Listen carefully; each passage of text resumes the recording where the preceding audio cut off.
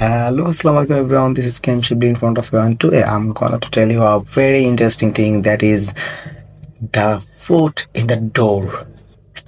এখন আপনারা অনেকে ভাবতেছেন যে দ্য ফুড ইন দ্য ডোর আসলে জিনিসটা কি, অথবা আমি এটা নিয়ে কি নিয়ে কথা বলতে চাচ্ছি সেটা হচ্ছে এটা আসলে মেইনলি একটা সাইকোলজিক্যাল একটা মেথড, হ্যাঁ, সাইকোলজিক্যাল একটা টেকনিক যেটা কিনা ইউজ করা হয় আমাদের বিজনেসে, যেমন হচ্ছে সেলস অ্যান্ড মার্কেটিং, দেন হচ্ছে আমাদের পার্সোনাল লাইফে, সোশ্যাল ম্যানেজমেন্টের ক্ষেত্রে, দেন আমাদের ডেইলি টু ডে লাইফের, দেন সাইকোলজিক্যাল অনেক ক্ষেত্রে আমরা এটা ব্যবহার করে থাকি, ঠিক আছে। সেটা মেইন বিষয় না, মেইন বিষয়টা হচ্ছে আসলে আমরা কতটুকু কি জানি আমাদের সাইকোলজি সম্পর্কে। যেহেতু আমি আমার পোস্টে আমি অলরেডি বলে দিয়েছি মোটামুটি আমি 30 দিনের একটা সেশন রাখবো, যে 30টা এপিসোড থাকবে, যেখানে মোটামুটি আমি সাইকোলজিক্যাল টেকনিক কথা বলবো। হ্যাঁ, যেহেতু আজকে ফার্স্ট এপিসোড, সুতরাং আজকে মোটামুটি দ্য ফুড ইন দ্য ডোর এই টেকনিকটা নিয়ে আমি কথা বলতে পারি, তাই না? সুতরাং শুরু করা যাক। Okay, the food in the door এইটা আসলে কি? এটা আসলে মেইনলি একটা সাইকোলজিক্যাল একটা মেথড, এবং এটাকে সংক্ষেপে বলা হয় FID method, the food in the door method. Okay, যেহেতু আপনারা জানছেন যে আসলে এটা আমাদের ডেইলি লাইফে হোক, আমাদের বিজনেসের ক্ষেত্রে হোক, অথবা অন্য কোনো এরিয়াতে হোক, আমাদের এই সাইকোলজিক্যাল মেথডটা কিন্তু আমরা অনেকের ক্ষেত্রে এটা ব্যবহার করে থাকি, তাই না? সেটা মেইন বিষয় না, আসলে আমাদের জানা উচিত আসলে এটার পিছে হিস্ট্রিটা কি। চলেন আমরা হিস্ট্রিটা জেনে শিখি। যদি আমাদের এখানে এখন যদি আমাদের হিস্ট্রিটা জানতে হয়, এই টেকনিকের হিস্ট্রিটাকে আনতে হলে আমাদের দুজনের নাম নিতেই হবে মাস্ট। একজন হচ্ছে ফ্রিডম্যান এবং একজন হচ্ছে ফ্রেশার। এখন এই দুজনের যে বিষয়টা ছিল, সেই দুজন আসলে একটা কোম্পানিতে জব করতো, সেখানে হচ্ছে তারা সেলস অ্যান্ড মার্কেটিং এ তারা কাজ করতো এবং কোম্পানিতে চাকরি করতো। সেখানে তাদের কাজটা ছিল যে আসলে যারা হাউস ওনাররা রয়েছে তাদের বাড়ির সামনে যে একটা ব্যানার টানিয়ে দেওয়া, সেটাতে লেখা থাকবে যে ড্রাইভ কেয়ারফুলি। ওকে, যেহেতু মোটামুটি তারা দুজন সেলস অ্যান্ড মার্কেটিং এ, এবং মোটামুটি একটা আপনার যেটাকে কি বলে, যখন অন্য কোনো ব্যক্তির সাথে তারা রিলেশনশিপ বা বিল্ড করতে যাবে, তখন মোটামুটি তাদেরকে একটু কম বেশি সাইকোলজিক্যাল থিং তাদেরকে নিয়ে এটা তাদের ব্যবহার করতেই হবে। যখন অ্যাট ফার্স্ট যেহেতু তারা নিউ ছিল এই লাইনে, সুতরাং তারা তো অত তো আর সাইকোলজিক্যাল ফ্যাক্ট মুখস্থ করে যায় নাই বা প্র্যাকটিস করে যায় নাই। সেই ক্ষেত্রে যখন তারা দুজন একসাথে যখন এই যে ড্রাইভ কেয়ারফুলি এই ব্যানারটা নিয়ে যখন যারা হাউস ওনাররা ছিল বিদেশে, তাদের বাড়ির সামনে যখন লাগাতে যায়, তখন যখন প্রথম দিকে ওরা করতো কি, যে বড় বড় যে ব্যানারগুলো আছে সেই ব্যানারগুলো নিয়ে যাইতো। হ্যাঁ, যে ব্যানারগুলো নিয়ে যাইতো যে ড্রাইভ কেয়ারফুলি, এই জিনিসটা আসলে মানুষকে সচেতন করার জন্য হাউস ওনারদের জায়গার উপরে আমরা সেটা লাগাবো। তাদের চিন্তাধারা ছিল সেইটা। তাদের সেই চিন্তাধারা থেকে তারা যেটা করলো, যে তারা দুজনেই গেল কয়েকজন হাউস ওনারের কাছে, যে যে ভাই, এই যে আমাদের ড্রাইভ কেয়ারফুলি আমরা এই ক্যাম্পেইনটা চালাতে যাচ্ছি, সেটা আসলে আপনাদের বাড়ির সামনে আপনারা দিবেন কিনা। যখন প্রথম দিকে তারা গিয়েছিল, তখন তারা মোটামুটি একটা বড় মাফিক একটা বড় ব্যানার নিয়ে গেছিল যে ড্রাইভ কেয়ারফুলি, এবং খুবই আগলি ছিল, যে আহামরি অনেক সুন্দর ছিল, বা এটা খুবই মানে মানুষজন খুব পছন্দ করবে এমন না। ঠিক আছে, যেহেতু আমার নিজের জায়গার উপরে আমি আরেকটা কোম্পানির ব্যানার টানাবো ড্রাইভ কেয়ারফুলি মানুষকে সচেতন করার জন্য, হ্যাঁ, মোটামুটি হাউস ওনাররা যারা আছে তারা এটাতে রাজি হলো না। হ্যাঁ, বা এটাতে মোটামুটি যেহেতু তার নিজের জায়গা, সেহেতু তারা ওটাতে অত গুরুত্ব অত কেয়ার দিচ্ছিল না।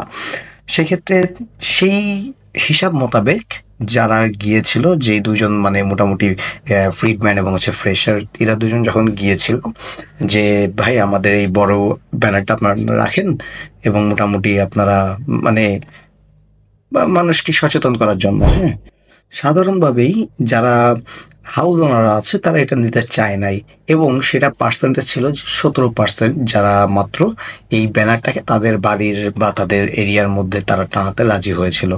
এবং ঠিক তার কয়েকদিন পরে যখন ফ্রিডম্যান এবং হচ্ছে গিয়ে আপনার ফ্রেশার, তারা দুজন যখন আবার যায় অন্য হাউস ওনারের কাছে, কিন্তু এবার তারা করলো কি, তারা ছোট ছোট ব্যানার নিয়ে গেল। তারা আগের মতো বড় ব্যানার, তারা 3 ইঞ্চি করে ছোট ছোট ছোট ব্যানার নিয়ে গেল, যে বললো যে ভাই কোনো কিছু দরকার নাই, আপনার ফিল্ডের দরকার নাই, আপনার কিচ্ছু দরকার নেই, আপনি শুধু আপনার জানালার বাইরে থেকে একটু হ্যাং করে দেন। বললো কি, যে আপনি আপনার জানালার বাইরে থেকে শুধুমাত্র একটু হ্যাং করে দেন, যে আসলে মানুষ যাতে কেয়ারফুলি ড্রাইভ করার জন্য তারা যাতে সচেতন হয়। সুতরাং সেভাবে কি হলো, যখন তারা ছোট একটা ব্যানার নিল, যখন তারা সে কোয়ার্ডিয়ালি বলল আগলি হোক সেই ব্যানারটা, কিন্তু ছোট হওয়ার কারণে দেখা গেল কি মোটামুটি 76% হাউস ওনাররা সেটা নিতে রাজি হলো এবং সেটা একসেপ্ট করলো।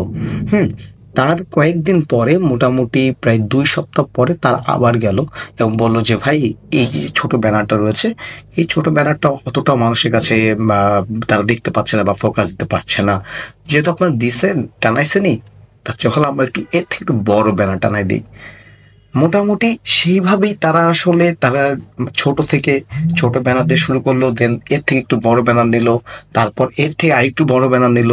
এভাবেই করতে করতে তারা স্টেপ বাই স্টেপ ছোট থেকে বড় তারা হাউস ওনারদের কাছে তাদের কোম্পানি যেই যে ব্যানারটা আছে তারা সেটা টানায় দিতে সক্ষম হইলো। হ্যাঁ, মেইনলি আসলে তার মানে আমরা যে জিনিসটা বুঝলাম যে আসলে দ্য ফুট ইন দ্য ডোর এই টেকনিকটাতে মোটামুটি আপনার যে কাস্টমাররা থাকবে তাদেরকে আপনি ছোট ছোট কিছু বেনিফিটস এবং হচ্ছে কিছু তাদের বিহেভিয়ার যেই অ্যাটাচমেন্টটা রয়েছে সেটা যখন আপনি দেওয়া শুরু করবেন, তারপর থেকে কিন্তু আপনি ছোট থেকে বড় স্টেপ বাই স্টেপ যেতে পারবেন। যখন আপনি ফার্স্টে ছোট একটা কাজ তাদেরকে দিয়ে করাইলেন, দেন সে যখন দেখলো না আমি ছোট একটা কাজ করে দিয়েছি, সে আমাকে পেমেন্ট করতেছে, দেন সে কি করবে, সে আরেকটু পেমেন্টের আশায় আরেকটু বড় ভাবে তার কাজটা করা শুরু করবে।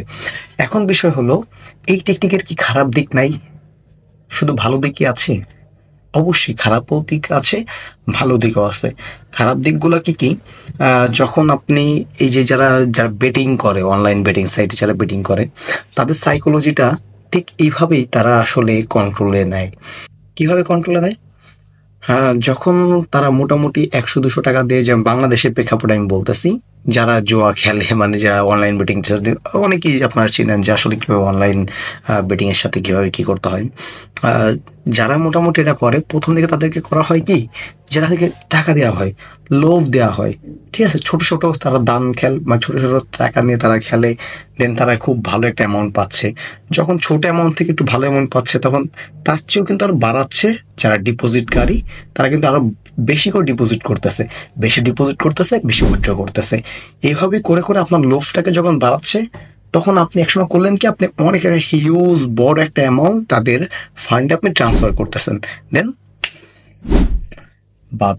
ঠিক আছে, এই যে যে ইফেক্টটা আছে সেটা আসলে মোটামুটি আমাদের নট অনলি আমাদের সোশ্যালের মানে আমাদের সামাজিকভাবে এটা কাজে লাগে, এটা বরঞ্চ আমাদের business, sales, marketing, everything, every সেক্টরে আমাদের এটা খুবই গুরুত্বপূর্ণ হবে, এটা আমাদের প্রভাব ফেলে। এখন আসেন এটা কিভাবে আমাদের বিজনেসে কিভাবে এটা আহ, প্রভাব ফেলে বা ইফেক্টটা কি বিজনেসের ক্ষেত্রে। হ্যাঁ, আচ্ছা আপনাকে আমি দুটা ভিজুয়ালাইজেশন দিই। দুইটা আমি দুটা ঘটনা আমি বলি। যখন আপনার কাছে 500 টাকা থাকবে, ধরে নেন আপনার কাছে 500 টাকা আছে, দেন আপনি একটা জায়গায় শপিং করতে গেলেন, মনে করেন আপনি একটা টি শার্ট কিনবেন বা একটা সুইট শার্ট কিনবেন। হ্যাঁ, সুইট শার্ট কিনতে গেলেন, আপনার কাছে আছে 500 টাকা। দেন আপনি একটা দোকানে গেলেন, যে দোকানে একটা জিনিসের প্রোডাক্টের দাম হচ্ছে 300 টাকা, কোনো একটা প্রোডাক্টের দাম হচ্ছে 500 টাকা। এখন আপনি কোনটা কিনবেন?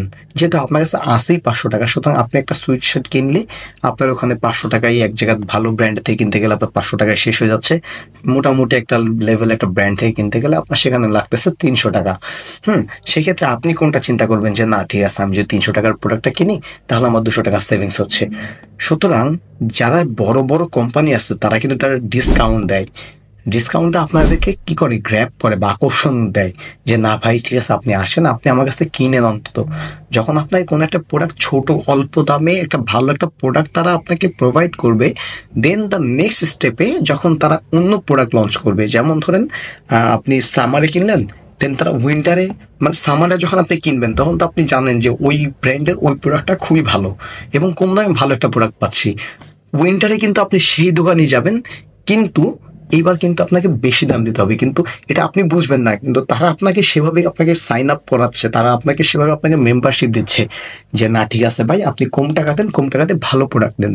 আপনিও ভাবতেছেন ঠিক আছে এরা কম টাকায় ভালো প্রোডাক্ট দিচ্ছে, তার মানে উইন্টারে সেই প্রোডাক্টটাই যদি আরো 200 টাকা বাড়ায় দেয় আপনি তাও নেবেন, কারণ আপনার সাইকোলজি সেইভাবে কনভার্ট হয়ে গেছে, অলরেডি কনভার্টেড।